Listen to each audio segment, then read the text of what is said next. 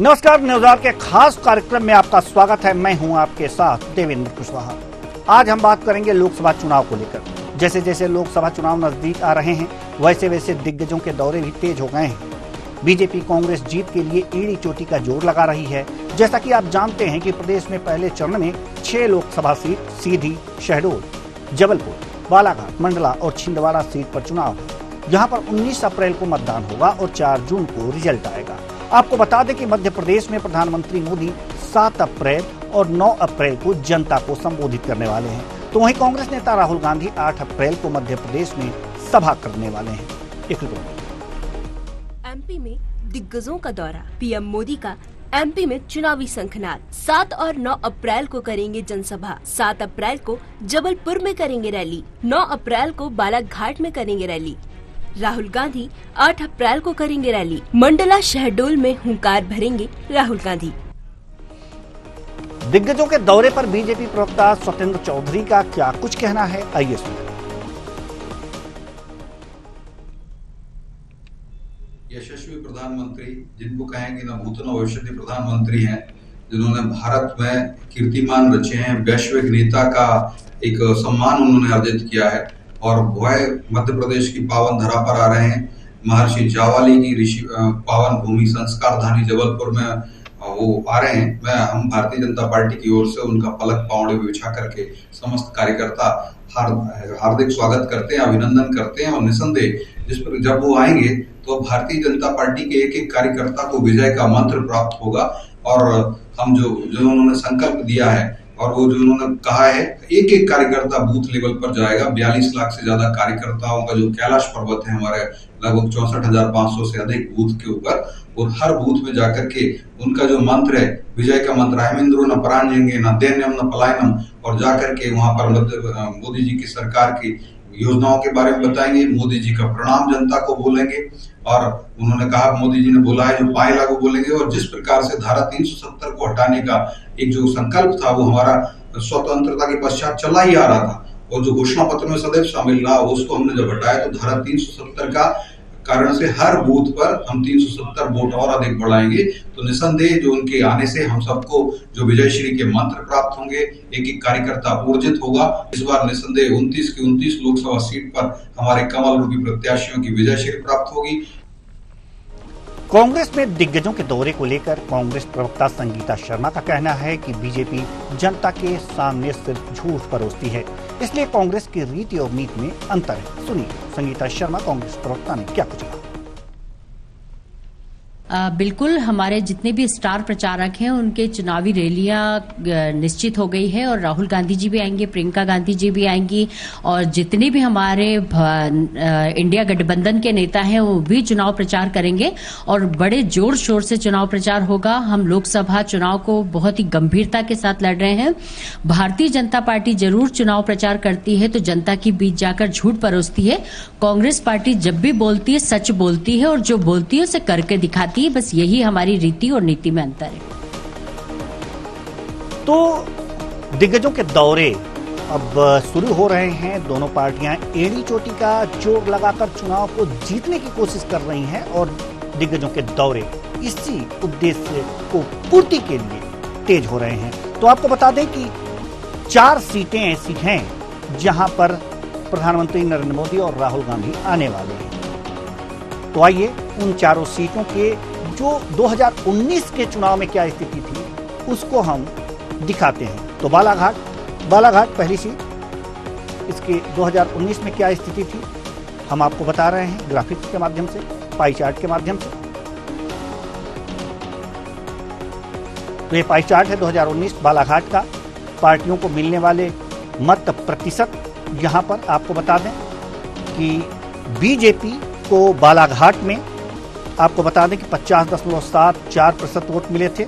यहीं 33.09% यहां पर कांग्रेस को और बीएसपी तीसरे नंबर पर थी जिसे 6.21% वोट मिले थे। आइए अब कॉलम चार्ट के माध्यम से देखते हैं कि 2014 के सापेक्ष 2019 में किस पार्टी को कितने प्रतिशत मतों में इजाफा हुआ या फिर उसे नुकसान हुआ।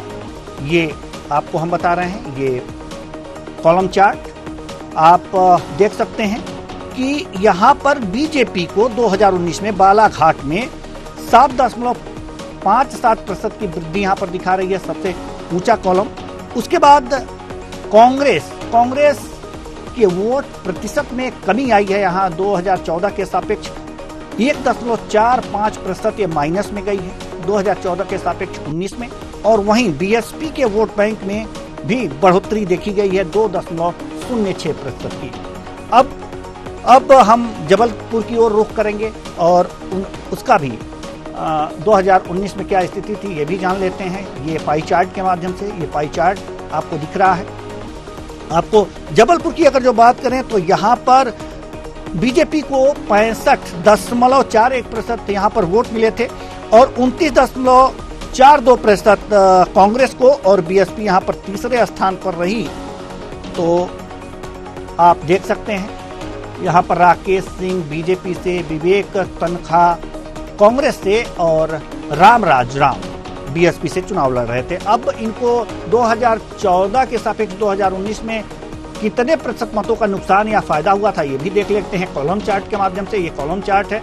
यहाँ पर बीजेपी को 9.07% का इजाफा देखने को मिल रहा है, वहीं 9.07% माइनस में गई है, -6.10% कांग्रेस के मतों में गिरावट दर्ज की गई है, वहीं 0.58% वृद्धि है बीएसपी के वोट। आप देख सकते हैं।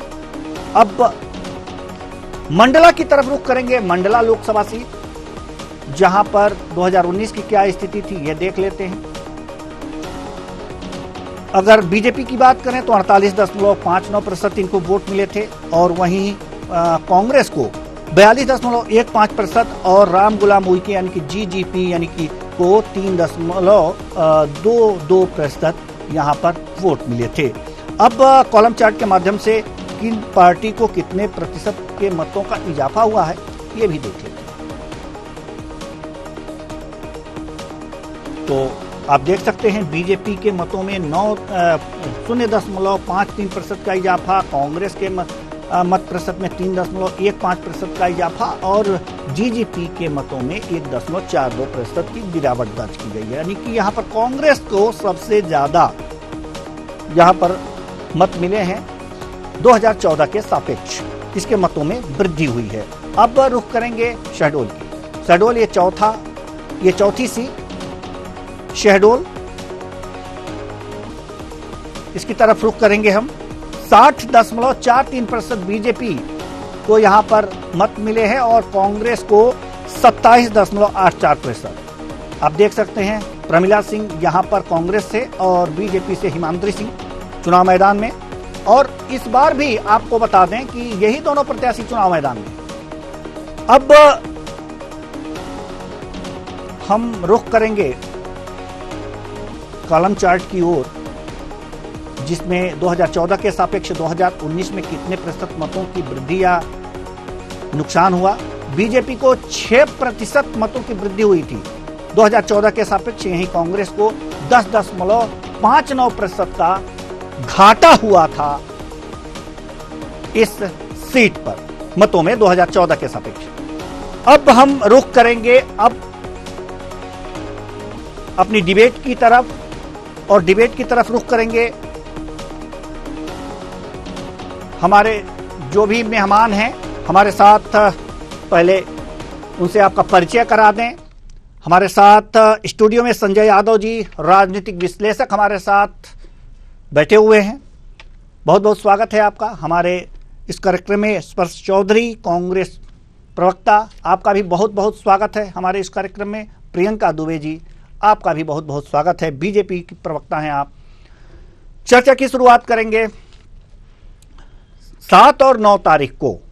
7 तारीख को जबलपुर में प्रधानमंत्री नरेंद्र मोदी की रैली है और 9 तारीख को बालाघाट में रैली है।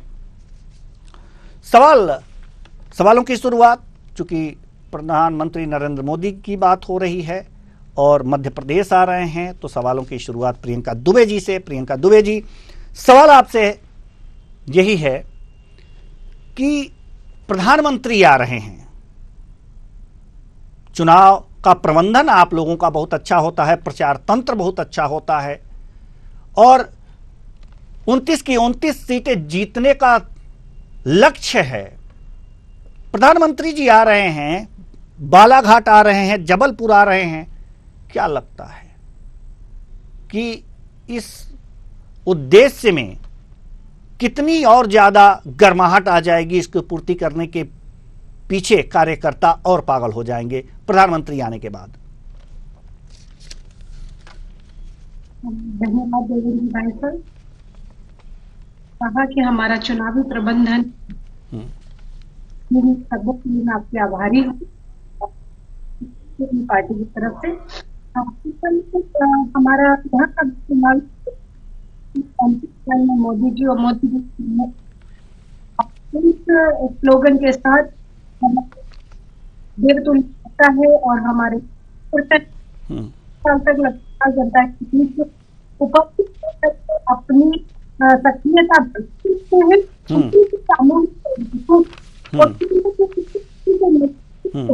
आज लोग बहुमत के साथ सरकार बनाकर आभारी भारतीय जनता पार्टी के कारण उपस्थित रहती लाभार्थी या माध्यम से जी जनता के उपस्थित रहते हैं। हमारी हमेशा आकलन जी। प्रियंका दुबे जी, आपकी आवाज जी, आपकी आवाज बहुत कट कट के आ रही है जी। प्रियंका दुबे जी, आपकी आवाज जब प्रॉपर वे में नहीं आ पा रही है तो हम आपके पास थोड़ी देर बाद आएंगे। स्पर्श चौधरी जी हमारे साथ हैं। स्पर्श चौधरी जी, हम आपके पास आना चाहेंगे और सवाल तो यही है कि अब प्रधानमंत्री नरेंद्र मोदी जी आ रहे हैं, बालाघाट में, जबलपुर में उनकी सभा होगी। अगर जबलपुर की अगर जो हम बात करें तो यहाँ पर आपके मत प्रतिशत में 2019 में 2014 के सापेक्ष 6.10% की गिरावट देखी गई, जबकि यहाँ पर अगर जो बीजेपी की बात करें जबलपुर में तो 9.07% की वृद्धि देखी गई है। पहले तो ये जो मत प्रतिशत में कमी है इसको पाटना होगा, सबसे बड़ी बात यह है। उसके बाद वृद्धि भी लेनी होगी। प्रधानमंत्री भी आ रहे हैं तो जहां आते हैं वहां कुछ प्रतिशत वोट बढ़ भी जाते हैं, ऐसा मानना है। कैसे बढ़ेगा यह मत प्रतिशत जबलपुर का? तो सबसे पहले तो मैं ये कहना चाहूंगी, आपको मेरी आवाज आ रही है? जी बिल्कुल आ रही है। हाँ, सबसे पहले तो मैं ये कहना चाहूंगी कि माननीय मोदी जी को अभी गारंटी दिए हुए 6 महीने हुए हैं। अभी मोदी जी की गारंटी पे चुनाव जीता है। तो जबलपुर, बालाघाट, मैं तो चारों जिन सीटों की आप बात कर रहे हैं, स्पेशली आदिवासी बहुल मंडला, शहडोल, इनकी भी बात करूंगी कि अगर उन 6 महीने पहले के पुराने वादे अगर किए हैं तो हाल ही में आरएसएस का एक इंटरनल सर्वे आया है। आदिवासी क्षेत्रों पर चिंता की बात है, कुछ 62 से 65 सीटों पर। तो आरएसएस के उस सर्वे पर थोड़ा क्या अच्छा खासा डर है भारतीय जनता पार्टी को। इसलिए माननीय मोदी जी को उन खासकर आदिवासी सीट्स पर ज्यादा फोकस करने के लिए अभी से आना पड़ रहा है। दूसरी चीज, आदिवासी बहुल हमारा मध्य प्रदेश है, हमारा राज्य हमेशा से एक आदिवासियों का बहुल राज्य है। तो 18 साल में आपकी सरकार, 10 साल में आपकी सरकार के बावजूद आदिवासियों के खिलाफ सबसे ज्यादा अत्याचार, सबसे ज्यादा अन्याय यही होते हैं। वनधन, आप पीसा कानून जो भारतीय राष्ट्रीय कांग्रेस लाई है, जो पैसा कानून है, उसको लेकर आप जिस किस्म के उसके जो क्लेम्स हैं उसको आप पूरा नहीं कर पा रहे हैं। आप तमाम जो योजनाएं हैं सरकारी, आप बनाते तो बहुत अच्छे हैं, आप जो कहते हैं ना पिक्चर बहुत अच्छी परफेक्ट सी दिखाते हैं, लेकिन आज भी सरकारी योजनाएं जमीन पर आदिवासी बहुल क्षेत्र मतलब ट्रेलर दिखाते हैं, ट्रेलर बढ़िया दिखाते हैं, पिक्चर फ्लॉप हो जाती है, ऐसा? बिल्कुल एकदम ऐसे। जी जी जी। तो पिक्चर बढ़िया दिखाते हैं, ट्रेलर फ्लॉप नहीं, ट्रेलर बढ़िया दिखाते हैं, पिक्चर फ्लॉप हो जाता है। इसका जवाब तो हमारी प्रियंका दुबे जी देंगी, लेकिन आपके पास मैं आऊंगा। हमारे साथ राजनीतिक विश्लेषक संजय यादव जी बैठे हुए हैं हमारे साथ स्टूडियो में। सवाल यहाँ पर हमने किया था स्पर्श चौधरी जी से। बालाघाट सीट की हमने बात की थी और जबलपुर की, तो यहाँ पर जो वोटों में मत प्रतिशत में अंतर दिखाई दे रहे थे, मैंने पूछा था कि ये भरेगा कैसे, सबसे बड़ा सवाल ये है। उसके बाद से विजयी होने की क्या तरकीब आपने, क्या रणनीति निकाली है? तो इन्होंने स्पर्श चौधरी जी ने पूरा कहा कि ये लोग जो ट्रेलर दिखाते हैं, पिक्चर सही नहीं होती, पिक्चर फ्लॉप होती है और फ्लॉप पिक्चर की वजह से ये जीत जाएंगे। क्या लगता है आपको, क्या समीकरण है?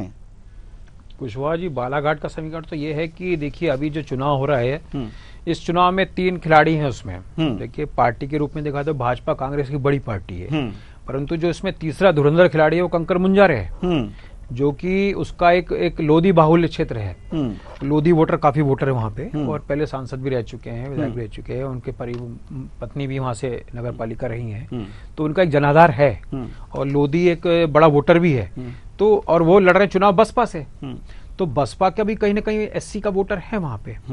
तो इस बालाघाट चुनाव में एक डिसाइडिंग फैक्टर होंगे कंकर मुंजारे, क्योंकि अभी देखा जाए तो भारती पारदी भी एक नए प्रत्याशी है भाजपा के लिए, और यहाँ पे सम्राट सारस्वत भी एक नया प्रत्याशी है। इनके बीच में जो धुरंधर खिलाड़ी है वो कंकर मुंजारे हैं। बेशक वो चुनाव हारे लगातार, कोई दिक्कत नहीं है, परंतु खिलाड़ी है और उनका एक जनमानस में एक्सेप्टेंस भी है। लड़ाई लड़ते हैं, बिंदास लड़ते हैं और सरकार के खिलाफ खूब जम के लड़ते हैं। तो एक उनका एक जो पर्सनालिटी है वो एक जुझारू लड़ाकू है। तो कहीं ना कहीं जनता आज की स्थिति जो चल रही है देश में, उसमें चाहता है कि हमारा नेता जो हो दमदार हो, लड़ाकू हो। तो इस चुनाव बड़ा मजा आएगा बालाघाट में, कि खेल कुछ और होना है, क्योंकि जैसा जो सोच रहे हैं। तो दो जो पार्टियां हैं संजय जी, जो बीजेपी कांग्रेस, इसमें एक जुझारू प्रत्याशी अगर जो घुस गया है तो किसी न किसी का वोट तो वो काटेगा। बिल्कुल। तो किसके वोट ज्यादा काटते हुए देखे जा सकते हैं? देखिए इसमें कहीं ना कहीं, देखिए जब बस आज भी जैसे देखा जाए, यदि जितनी क्षेत्रीय दल खड़े हुए इस देश में, या बीजेपी भी खड़ी हुई है, ये ड्यू टू नालायकी कांग्रेस की। यदि कांग्रेस ने अच्छा काम किया होता तो ना भाजपा खड़ी होती। और आज जितने क्षेत्रीय देखो, समाजवादी देखो, बहुजन समाजवादी पार्टी देखो, पासवान जी देखो, जगन रेड्डी देखो, जितने पार्टी देखो, सब कांग्रेस से निकले हुए हैं। तो कहीं ना कहीं सबसे ज्यादा नुकसान कांग्रेस का होता है इसमें। अभी कांग्रेस माने नहीं माने, आज ओबीसी खड़ा है तो वो भी नुकसान कांग्रेस से कर रहा है। तो कहीं ना कहीं नुकसान ज्यादा कांग्रेस का है। परंतु वर्तमान जो अभी माहौल चल रहा है उसमें जो नीतियां रीतियां जो वर्तमान सरकारी चल रही है, और जो योजनाएं हैं, योजना जो धरातल पे पहुंची हैं नहीं पहुंची हैं, अब उसका जवाब तो जनता देगी 4 जून को। तो उसमें कहीं ना कहीं कश्मकश है, क्योंकि कुछ लोग चाहते हैं कि डायरेक्ट पंगा नहीं चाहते। जनता भी आजकल चालाक है, बोले डायरेक्ट पंगा कौन ले, नेता भी नहीं चाहता। तो हो सकता है कि उस एक बोलते हैं ना, पर्दे के पीछे की लड़ाई के पीछे रिजल्ट क्या है, वो क्या हो सकता है, ये 4 जून को मालूम चलेगा। क्योंकि पब्लिक नहीं, 4 जून को तो वास्तव में मालूम चलेगा, लेकिन आप फिर वही बड़ी चालाकी से निकल गए। सीधा सीधा जवाब नहीं दे रहे कि किसका वोट काटेंगे। नहीं, वोट तो कांग्रेस का कटेगा, कांग्रेस का कटने वाला है। कांग्रेस का निस्वार्थ, मतलब 100% कांग्रेस का नुकसान। प्रियंका दुबे जी, तो अब हम आपके पास आएंगे और अब आप जवाब दे दीजिए कि ट्रेलर तो बीजेपी बढ़िया दिखाती है, फिल्म फ्लॉप कर देती है।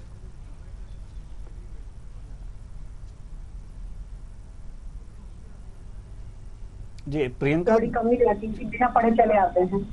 अगर मैं बात करूँ अनुसूचित जाति का 2003 में जिस ट्रेलर के पिक्चर की बात कर रही है, तो सिर्फ उस समय 651 करोड़ रुपए का बजट 2003 में रखते हैं, जिसमें ये लोग कह रहे हैं कि इन्होंने जगत कल्याण कर डाला होगा। आज वही जो अगर बात करते तो SC समाज के लिए जो बजट है वो 36,950 करोड़ पहुंच चुका है आज की स्थिति में।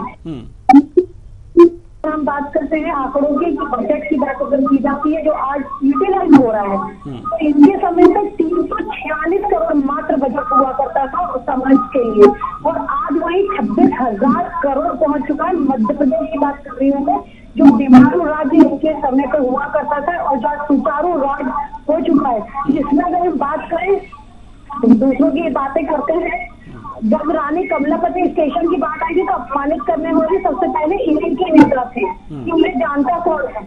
रानी दुर्गावती के नाम से अगर हम बात करें तो इन लोगों के मुंह से कभी उनकी जयंती तो उनके लिए कोई बनाए नहीं गए। आज आदिवासी समाज का आदिवासी दिवस मनाया चाहता थे, रिकॉग्नाइज किए जा रहे हैं हमारे बिरसा मुंडा जी, हमारे लेंगे अभी मामा जी, या अगर हम बात करें उनके नाम से रेलवे स्टेशन, यूनिवर्सिटीज, दुनिया भर के डेवलपमेंट स्टार्ट हो चुके हैं।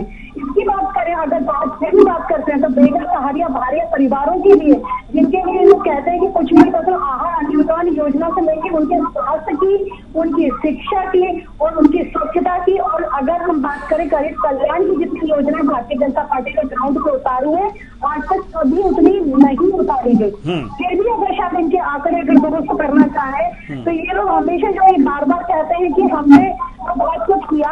2007 में तेंदुपत्ता संग्रह वालों को तो 750 रुपए प्रति मानक बोरा दिए जाते थे, जो आज 2022 में 3000 रुपए प्रति बोरा तक बढ़ा दी गई है। तो आप बताइए 750 ज्यादा हुआ करते थे या 3500 रुपए 3000 रुपए तक पहुंच चुके, उस पर ये लोग बात नहीं करना चाहते। आज परीक्षा के लिए जो कोचिंग है उनके लिए मुफ्त में उपलब्ध है, ताकि उनको शिक्षा के लिए बाहर भटकना ना पड़े और वो स्थानीय स्तर पर तैयारी करके लाभान्वित हो सके। इसके बाद भी अगर हम बात करते हैं, जिनका इन्होंने बात किया, उनके पेशा नियम और अधिनियम की, जो ये लोग सिर्फ अपने खुद की पीठ खुद को तपा लेते हैं, जिस कारण इनका जो वोटर माना जाता था, एससी और एसटी स्थायी वोटर कांग्रेस का माना जाता था, जो इनसे कतराने लगा, क्योंकि इन्होंने उनके भोलेपन का जो भ्रमित करके उपयोग किया, जिस तरीके से इन्होंने उनको खंड खंड करना चाहती है जातिवाद को लेकर के। कांग्रेस तो आज जनता भी समझ चुकी है और वो मतदाता भी समझ चुका है। अगर मैं बात करूं 88 जनजातीय विकास खंडों में 15 नवंबर 2022 को पेशा नियम लागू कर दिया गया। इन्होंने हवा में बात करी परंतु कभी धरातल पर नहीं लाए। और मैं अगर इन बहन को मैं बता दूं, बाबूलाल चंदेल जी, जिनको इन्होंने टिकट दिए, माधवी साकी जी, जिन्होंने एट्रोसिटी एक्ट बाबूलाल चंदेल जी के पास कायम किया, उनको अपमानित करने के लिए किस तरह से कालिया पकी है, इसका वीडियो भी अवेलेबल है, ऑडियो भी अवेलेबल है, एट्रोसिटी एक्ट की FIR भी अवेलेबल है। साथ ही वो महिला जो साक्षी कर्मचारी थी, साक्षी कार्य बाधा डाली इनके विधायक ने, परंतु खंडन करने के लिए इनका एक भी विधायक सामने नहीं आया। ये है कांग्रेस का कथनी और करनी में भेद। जिस तरीके से द्रौपदी मुर्मू जी को अपमानित करते हैं, रानी कमलापति जी को अपमानित करते हैं, एक अधिकारी को अपमानित करते हैं, तो कांग्रेस का कलंकित चेहरा सबने देखा हुआ है। ठीक है, ठीक है, स्पर्श चौधरी जी जवाब दीजिए।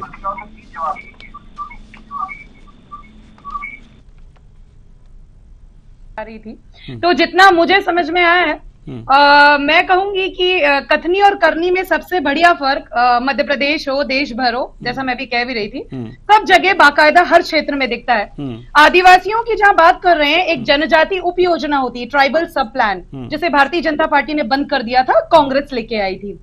दूसरी चीज, आई थिंक एक क्षेत्र की हम क्यों बात कर रहे हैं, हम फिर से सभी क्षेत्रों की बात कर लेते हैं। नहीं, जहां दौरे हो रहे हैं वहीं की बात कर ले तो विधिवत बात हो जाएगी।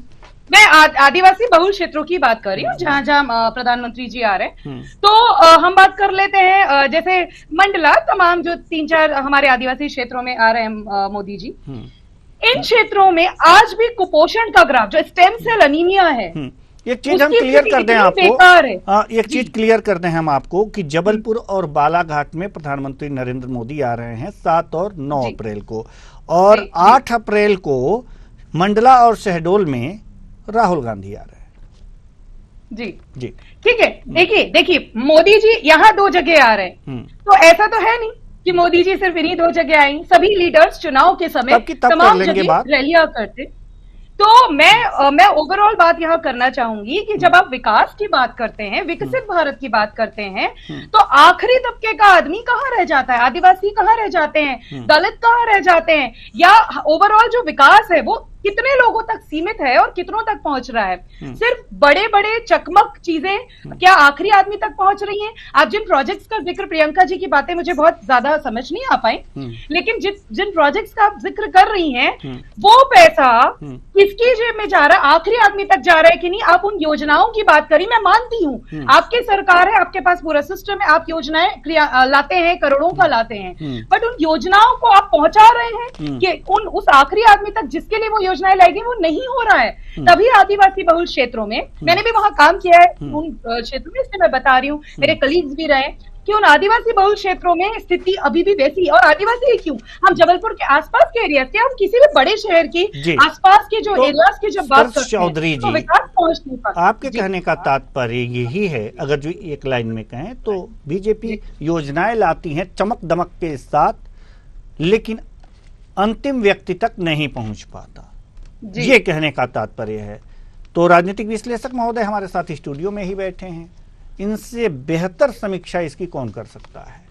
जी संजय जी। देखिए, आंकड़ा अलग चीज होता है। आंकड़ों से देश का विकास नहीं दिखता है। आंकड़े तो अधिकारी और प्रशासन और शासन बनाता है। आज वर्तमान स्थिति में देखा जाए, देश की स्थिति क्या है, हर व्यक्ति भी देखा जाए तो हर व्यक्ति के क्या डेवलपमेंट हुआ वो देख रहा है।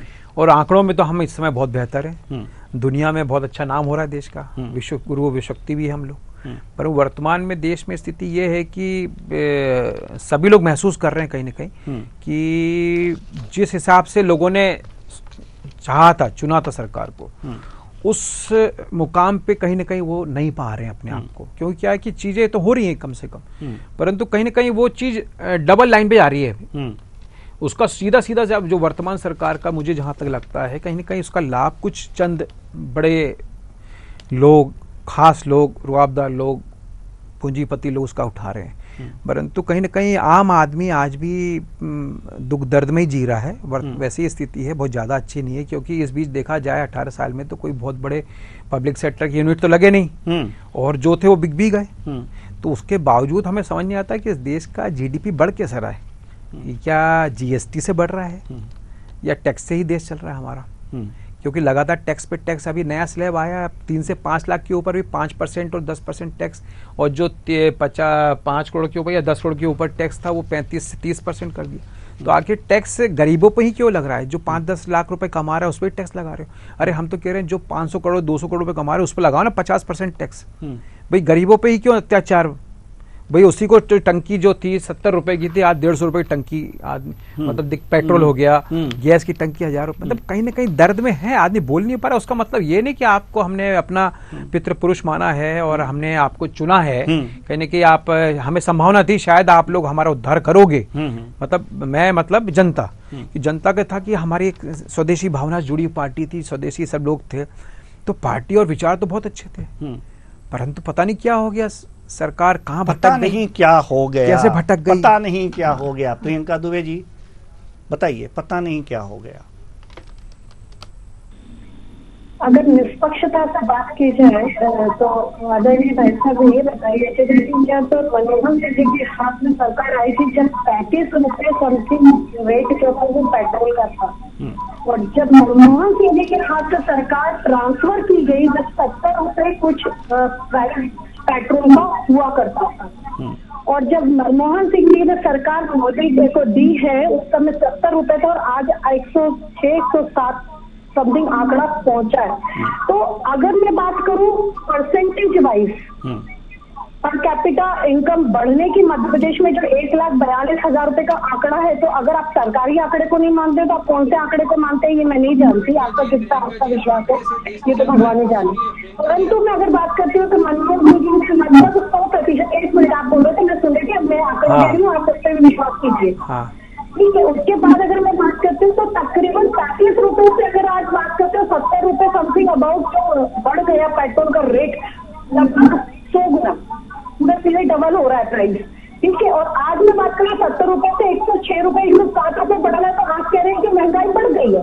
तो महंगाई किसकी डिविजन में बहुत ज्यादा बढ़ी है, थोड़ा सा उसका कैलकुलेशन आपको निष्पक्षता से ये बात अगर आप रखते तो मुझे ये आंकड़ा आपको नहीं समझाना पड़ता, शायद आपको खुद को महंगाई की दर समझ में आ जाती।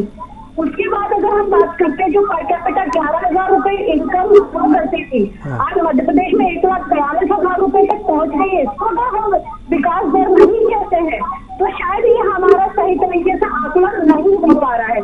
जिस तरीके से मध्य प्रदेश जनधन और पेंशन में आज प्रथम और द्वितीय स्थान पर पहुंच चुका है, और फिर भी अगर हमारा किसान 24 नारीगेशन मुद्दाई में अगर आप उसको जस्टिफाई मांगते हैं तो आज हमारे किसान को अगर हम विकसित किसान की दृष्टि से नहीं देख सकते हैं, जिस हिसाब से 16 लाख हेक्टेयर हमारा सिंचाई का रकबा बढ़ गया है, जिस प्रकार से हजारों किलोमीटर हमारी सड़कों का जाल बिछ चुका है मध्य